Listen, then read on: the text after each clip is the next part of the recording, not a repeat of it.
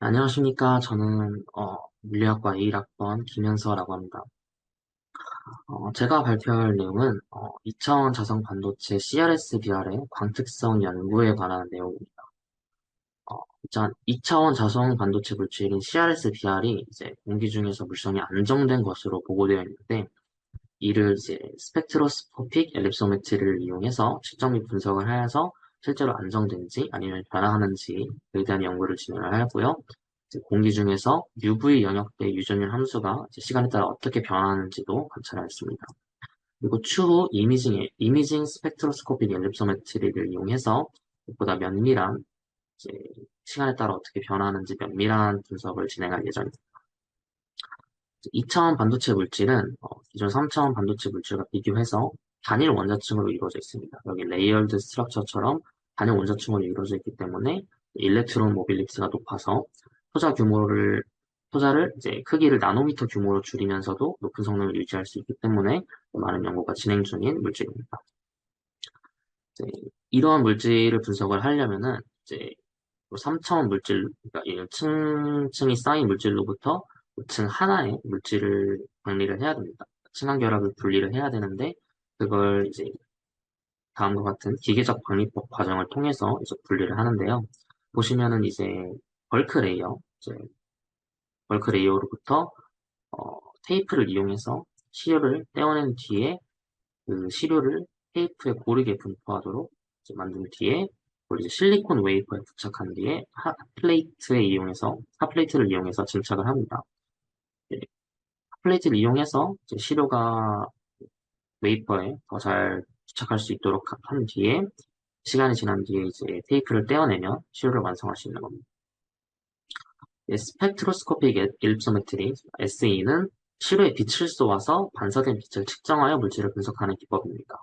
여기 보시면은 평광되지 않은 빛이 이제 시료에 맞고 나오면 이제 물질과 빛의 상호작용으로 인해서 빛이 이제 평광이 변화하게 되고, 보시면은 P평공과 S평공의 진폭비가 P사이, 그리고 이 위상 차이가 델타로 나타나게 됩니다. 그렇게 해서 측정한 P사이와 델타 값을 분석해서 시료의 물성을 알아내는 법입니다.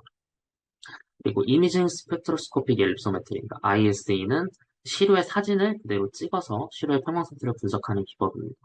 SE의 경우에는 이 빛이 포커싱을 통해서 시료에 닿아야 하기 때문에 빔 스팟의 크기보다 작은 시료의 경우에는 분석이 좀 어렵다는 단점이 있는데, ISE의 경우에는 그러한 크기의 제한을 받지 않습니다. 왜냐하면 CCD를 통해서 사진을 찍듯이 분석하기 때문에 그런 크기의 제한을 받지 않고, 그리고 보다 더 넓은 영역을 시각화하기 때문에 전체적인 물성 변화를 효율적으로 파악할 수 있는 장점이 있습니다.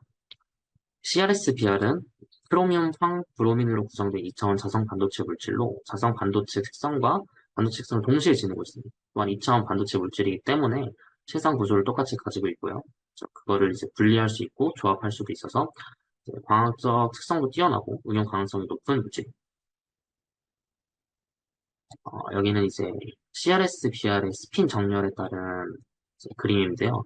보시면 A, B 디렉션과 C 디렉션이 있는데 이게 그냥 X, Y, Z축이에요.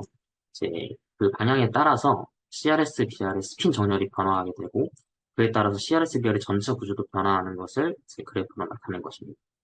그리고 여기는 이제 제가 직접 기계적 관리법을 통해 방리한 이제 CRS BR 시료인데요. 20배 현미경 사진인데 왼쪽은 요 빔스팟에 여기다가 맞춰서 요거를 이제 분석한 거고요. 오른쪽이 요 분석해서 얻어낸, 측정해서 얻어낸 이제 로우 데이터입니다.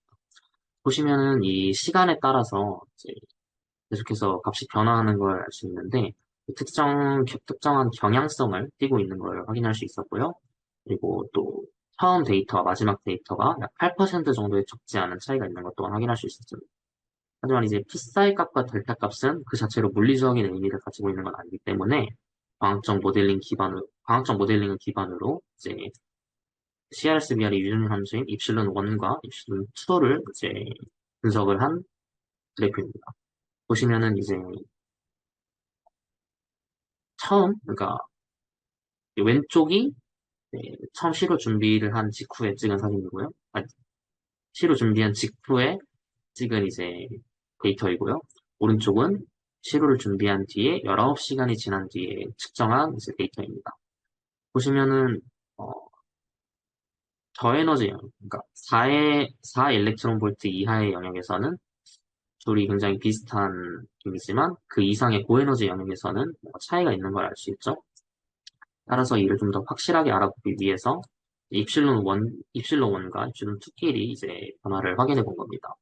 보시면은 이제 시료를 만든 직후와 19시간이 지난 데이터를 이제 비교를 한 거고요. 보시면은 이 점선 내의 영역에서 이제 시간이 지날수록 이 입실론 1이 줄어들고 있는 걸 확인할 수 있고요.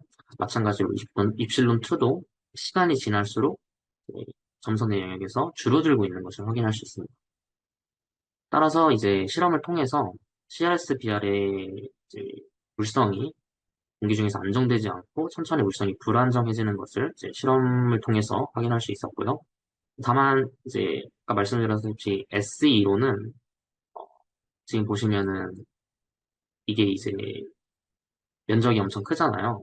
대신에 이제 면적이 큰 대신에 두께가 굉장히 두꺼워요. 그래서 정확한 분석은 어려웠습니다. 그래서 더 이후에는 고품질의 넓은 면적, 그러니까 얇고 넓은 면적의 시료 제작법에 계열된 연구가 이제 필요할 것 같고요. 그리고 ISE 측정을 통해서 이제 좀 더 면밀한 시간에 따른 변화를 분석할 예정입니다. 그리고 CRS, DR이 비교적 식물질이기 때문에 그거에 맞는 이제 분석법 최적화도 필요할 것 같고요.